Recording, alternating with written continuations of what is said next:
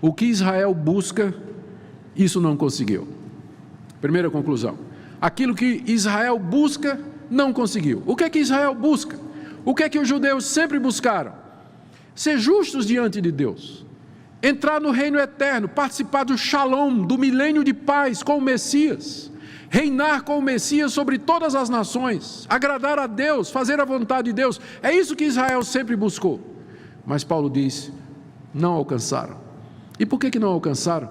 Porque eles não procuraram do jeito que Deus disse que devia ser. Eles, desconhecendo a justiça de Deus, eles estabeleceram a sua própria justiça e procuraram obter o favor de Deus e a vida eterna através das obras da lei, do mérito, através da circuncisão, através da guarda da dieta religiosa, do calendário religioso e de dezenas de outras leis que eles mesmos inventaram.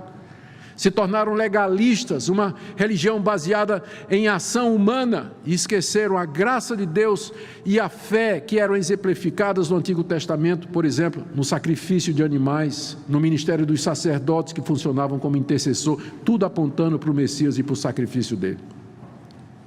O que Israel busca não alcançou, ou seja, muitos judeus pereceram e foram condenados, pereceram e se perderam. Da mesma forma como hoje, como qualquer outro povo, como qualquer outra nação, qualquer outra etnia, se o judeu não crer em Jesus Cristo para ser como seu Senhor e Salvador, ele também não vai alcançar, como outras pessoas não alcançarão a vida eterna. É só mediante Jesus. O que Israel busca pelas obras não alcança. Por quê? Porque é por Cristo somente. Enquanto não se arrependerem e não crerem em Cristo, não somente eles, mas todas as nações estarão perdidas, não vão alcançar. Segunda conclusão de Paulo, mas a eleição o alcançou. Eles não alcançaram porque procuraram da maneira errada, mas os eleitos que foram escolhidos por Deus soberanamente e graciosamente, eles alcançaram a vida eterna. Por quê? Porque o propósito de Deus ao escolhê-los foi fazer com que eles crescem. Deus abriu o entendimento deles, como por exemplo Lídia, aquela judia a quem Paulo pregou o evangelho à beira de um rio, lá na cidade de Filipos, Atos 16, enquanto Paulo pregava, o texto diz lá, Deus abriu o entendimento de Lídia para que ela entendesse aquelas palavras, era uma judia, Deus abriu o entendimento dela. A eleição alcança porque Deus abre o entendimento dos eleitos, para que eles compreendam, é Cristo, para que eles vejam o que Ele fez na cruz, para que eles creiam na sua ressurreição. E sem isso, sem que Deus faça isso, e Ele só faz nos eleitos, os demais, terceira conclusão, foram endurecidos. Endurecidos quer dizer, o coração deles se tornou como que de pedra, sem se abrir para Cristo, sem se abrir para a verdade de Deus. Agora, é claro, a Bíblia ensina que Deus endurece quem primeiro se endurece. Deus endureceu a nação de Israel para ela não entender e receber o Evangelho de Cristo Jesus, na sua grande maioria. Por quê? Porque consistentemente, sistematicamente, a nação de Israel rejeitou a Deus e os seus enviados, a começar de Moisés, a começar dos profetas, dos reis piedosos, dos juízes que Deus mandou. Muitos foram mortos, outros foram rejeitados, outros foram escarnecidos. Você pode ler a lista lá em Hebreus capítulo 11, que chama esses homens de heróis da fé, rejeitados pela nação de Israel. Mataram os profetas e finalmente mataram o Filho de Deus. Como resultado, então, veio o endurecimento sobre a nação, para que não visse, não compreendesse, não cresce, não aceitasse e não fosse salvo. Como essa é uma afirmação pesada, Paulo comprova com duas citações do Antigo Testamento. A primeira está aí no verso 8, é uma citação do profeta Isaías. Como está escrito, diz Paulo, Deus lhe deu espírito de entorpecimento, olhos para não ver e ouvidos para não ouvir, até o dia de hoje. Já o profeta Isaías havia anunciado que Deus haveria de derramar sobre aquele povo rebelde, não o Espírito Santo, mas um espírito de entorpecimento. A gente sabe o que é ficar entorpecido. Às vezes a gente toma um remedinho para dor muscular ou, sei lá, para artrite alguma coisa, e aquele remédio deixa a gente meio baqueado, né? A gente não pensa, não pode nem dirigir, né? A mente fica um pouco pesada e tudo, a gente fica entorpecido, não consegue, eu pelo menos não consigo ler ou ler com atenção, né? O foco se perde. Tem outros exemplos que a gente poderia dar sobre entorpecimento dos sentidos. Os sentidos não funcionam bem. Deus derramou um espírito de entorpecimento sobre os judeus, para que eles vendo não vejam, ouvindo não entendam, como Paulo diz aqui no verso 8, e isso até o dia de hoje, até o dia em que Paulo estava escrevendo essa carta, e nós dizemos até os nossos dias. A segunda citação é de Davi, está no verso 9 e 10, e é baseada no Salmo 69, de 22 a 23, lá Davi disse, falando dos inimigos de Deus, torne-se-lhe a mesa em laço e armadilha em tropeço e punição. A mesa é uma referência aos banquetes de fraternidade, de alegria, era momentos de celebração, era na mesa e ao redor da mesa que os judeus se ajuntavam para, diante de um banquete, celebrar uma vitória ou celebrar aquilo que eles entendiam que eram as grandes obras de Deus. Davi diz que estas coisas que parecem para eles motivo de celebração e de alegria, na verdade se torne em laço, em armadilha, em tropeço e punição. Ou seja, aquilo em que Israel se alegrava, Deus transformou em laço, tropeço e punição. E Davi continua, escureçam-se-lhe os olhos, veja como é parecido com o que Isaías disse, não é? Que os seus olhos fiquem escurecidos, quer dizer, que eles não consigam enxergar, que eles não consigam ver, para que não vejam, e fiquem para sempre encurvadas as suas costas, como alguém que é escravo, que está servindo, ou alguém que teve a espinha quebrada, Isso Isaías e Davi disseram da nação de Israel. É como se Paulo dissesse, esse endurecimento não sou eu que estou inventando. Na própria lei dos judeus, nas escrituras dos judeus, já estava profetizado que Deus haveria de mandar um espírito de cegueira, de entorpecimento sobre eles, de tal maneira que aquilo que eles julgavam que era motivo de festa, aquela mesa se transforma em castigo, em laço e em armadilha. E com isso, Paulo está explicando duas coisas. Primeiro, por que é que a nação de Israel, na sua maioria, rejeitou o Messias? A resposta está aqui. O que Israel busca não alcançou, e Deus lhe deu espírito de entorpecimento. Deus endureceu o coração deles por conta de toda a sua incredulidade. Segunda coisa que Paulo está fazendo aqui é dizer, todavia essa rejeição não é total, porque entre os judeus há um remanescente fiel, eleito pela graça de Deus, que creu em Jesus Cristo, como eu, como aqueles 7.000 de Baal e como os centenas e milhares de judeus espalhados pelo Império Romano no primeiro século, que creram em Jesus como Senhor e Salvador.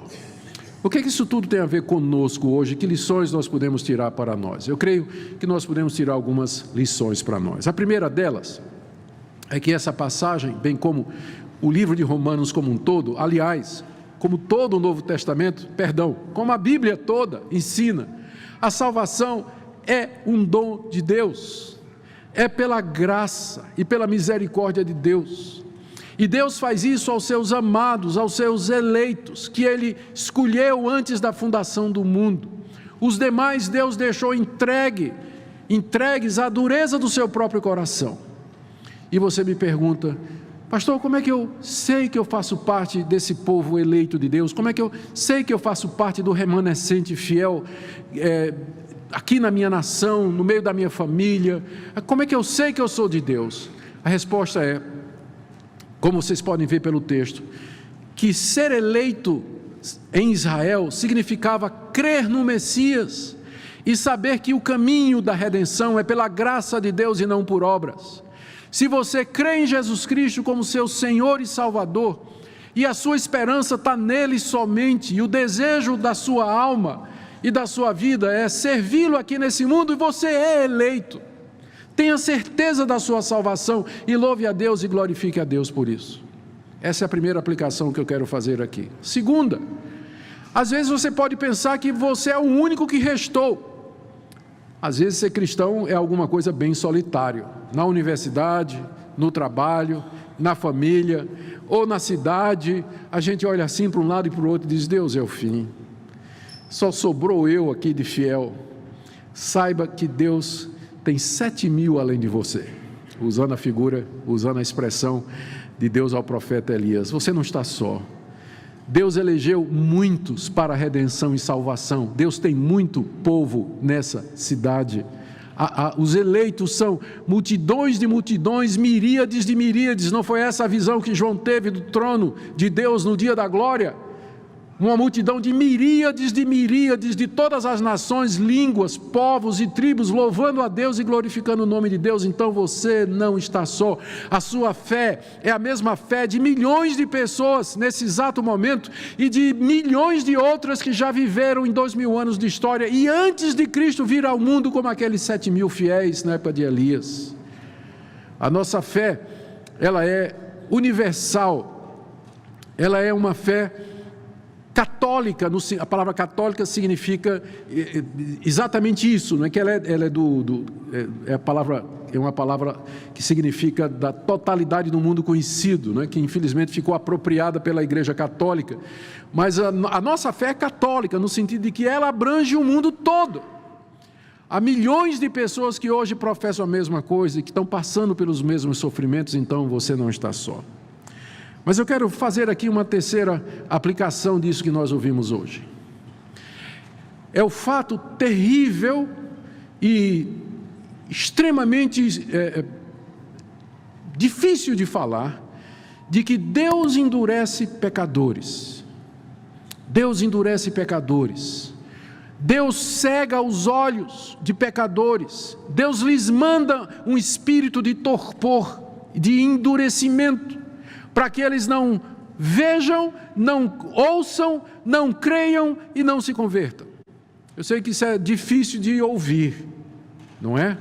Porque a gente está acostumado a um evangelho que diz assim: não, Deus, não é?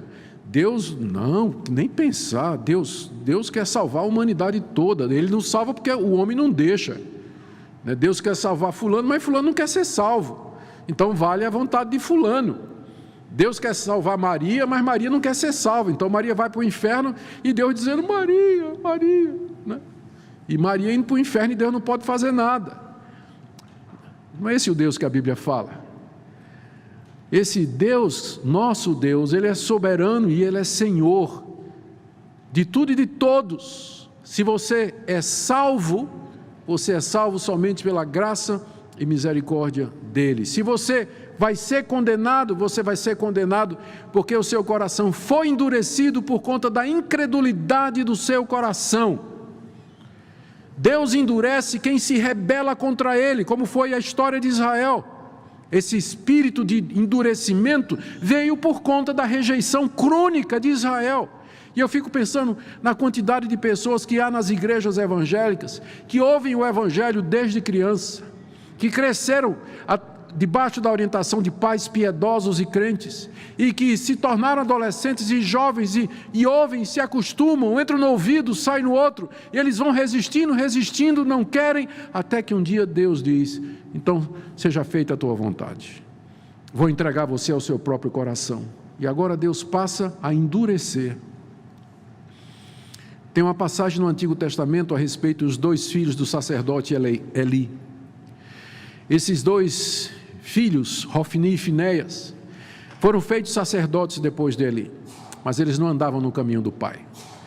Eles eram desobedientes, praticavam imoralidade com as mulheres na congregação, eles roubavam da oferta que o povo trazia para Deus, e grande era o pecado desses homens. E Deus mandou um profeta falar com eles, mas diz o texto lá: eles não quiseram ouvir, porque Deus os queria matar. Porque Deus já estava resolvido a condená-los, de tanto eles resistirem à vontade de Deus. É o mesmo Deus. É o mesmo Deus. Tem pessoas que dizem assim: eu vou viver a minha vida, vou experimentar a vida, vou transar com meu namorado, viver uma vida legal, viver uma vida de pornografia, todos os prazeres que o mundo me dá, e aí quando eu tiver uns 50 anos eu vou me converter. Você não pode se converter por você mesmo. Você não pode se converter por você mesmo. Você não tem condições de se regenerar, de abrir os seus próprios olhos. Você não consegue dobrar a sua vontade para que ela se curve diante de Cristo Jesus, não é quando você quer.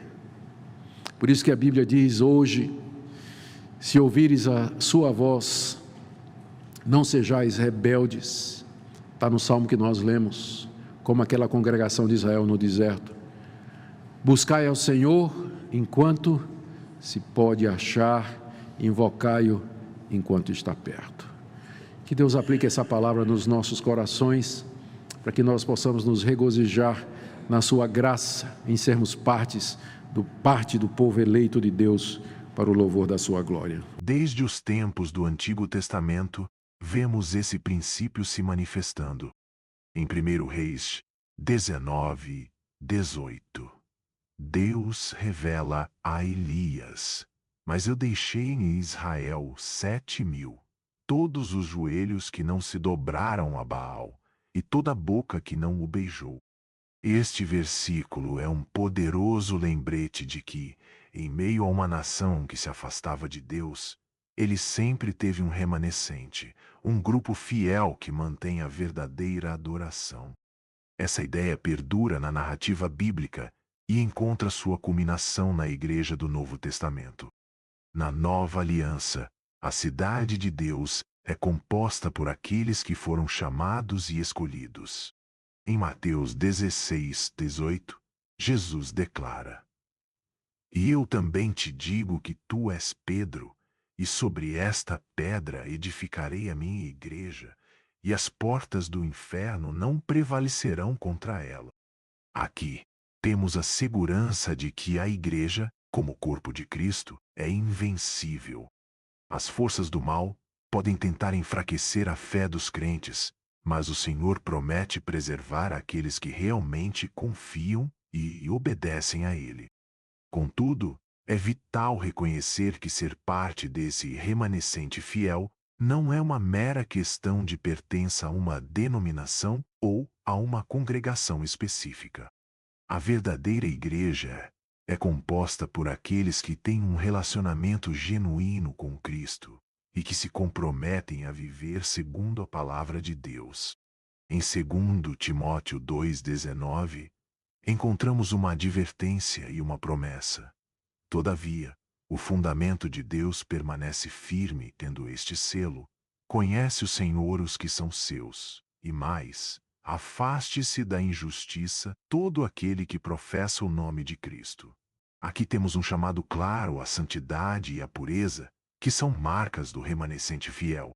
Não podemos permitir que as distrações do mundo ou a influência da cultura corrompam nossa devoção a Cristo. Em um mundo que valoriza a conformidade e a aceitação, a igreja é chamada a ser diferente, a brilhar como luz nas trevas.